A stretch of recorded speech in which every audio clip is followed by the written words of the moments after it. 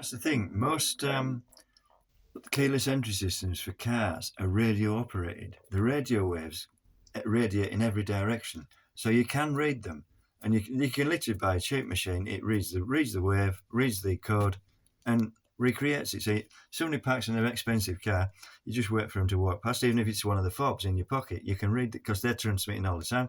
Press a button and that's it. Once they've gone, you just open the car and clear off with it. I mean, they don't have.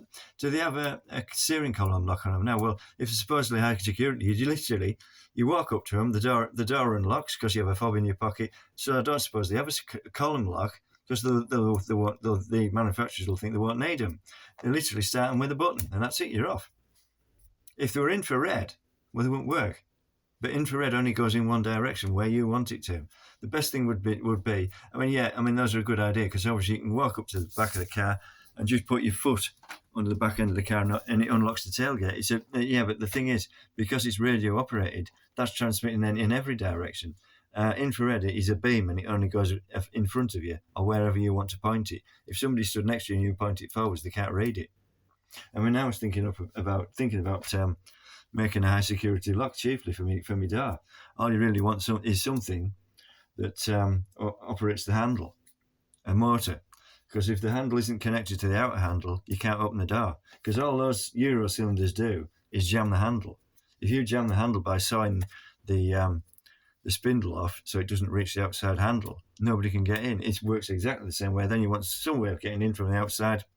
An infrared control that starts a motor, low speed motor, and turns the handle mechanism. You can even make it so that you can.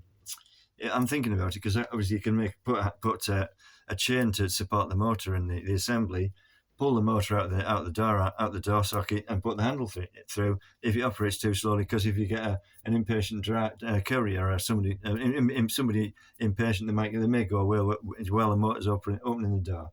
I don't know. I haven't tried it yet. I don't know how fast it'll be or how slow it'll be. But you're going to have to have some stopping mechanism on it, because if it's turning against the mechanism when it comes to the stop, it's going to burn the motor out. But how much is a microwave platter motor?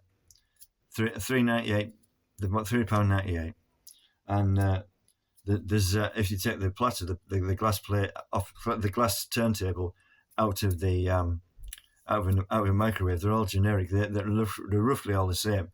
There's a little plastic attachment. You just pull it out, and you've got something you can screw something to, like a small diameter hexagonal socket, which will fit over the end of the spindle.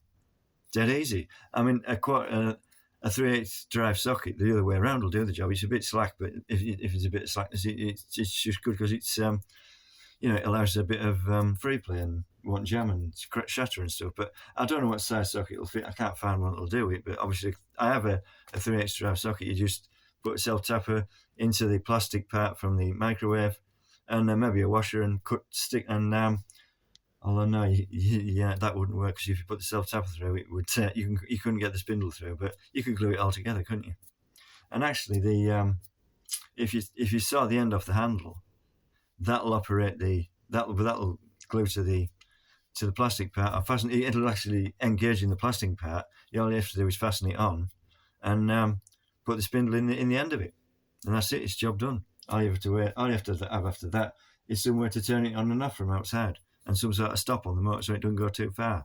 But will it burn it out if it's against the stop? I don't know, because again, I was talking about hydraulic power steering. They used to have a valve on so that when the steering was fully in one direction, a full lock or the other, it used to cut the oil supply through a relief valve. But apparently they used to squeal those valves, which is why I've never heard it, but apparently hydraulic power steering squeals if it's on full lock, and for a long time, like you parked with the steering on full lock, it squeals because of the valve. It sort of chatters.